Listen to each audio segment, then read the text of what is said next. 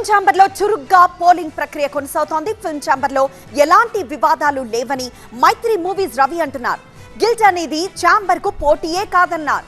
సమస్యలపై వేగంగా నిర్ణయాలు తీసుకోవడానికే గిల్ట్ అని చెప్పారు ఆయన. చిన్న పెద్ద సినిమాలు లేవు, అందరూ నిర్మాతలే అన్నారు మైత్రి మూవీస్ రవి.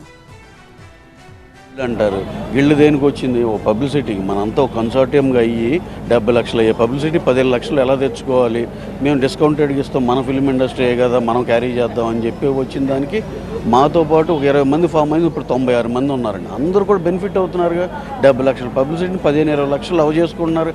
అలా దాన్ని ఇప్పుడు ఏంటంటే ఇక్కడ మనం ఒక సమస్య పెట్టి దాన్ని మనం నెలల తరబడి చేయకుండా స్పాట్ డెసిషన్లు తీసుకుని టప్ప స్పీడప్ చేసుకోవడానికి గిల్డ్ అండి అని చెప్పి. That is not at all A competitive body to chamber. అసలు అది కానే కాదండి. అదొకటి. ఇంకేమున్నాయండి? ఏమన్నా కాంట్రవర్సీ ఏమైనా అడిగితే చిన్న నిర్మాతలు పెద్దను సార్ నిన్న చెప్పినట్టు పెద్ద సినిమా బోల్తా పడితే అది చిన్న సినిమానే, చిన్న సినిమా హిట్ అయితే అది పెద్ద సినిమానే. చిన్న పెద్ద ఏముందండి? అందరూ ప్రొడ్యూసర్లే సార్. అందరూ ఇప్పుడు మనకు తెలుసు పాత దీనిలో రత్నం గారు కానీ కింద నుంచి ఎంత పెద్ద ప్రొడ్యూసర్గా ఎదిగారో దానికి చిన్న పెద్దలు ఏముంటాయండి. అలాగే పెద్ద ప్రొడ్యూసర్లు లాస్ట్లో చిన్న సినిమాలు తీసుకుని అంటే అక్కడ చిన్న సినిమా పెద్ద సినిమా చిన్న ప్రొడ్యూసర్ ఏమి ఉండవండి.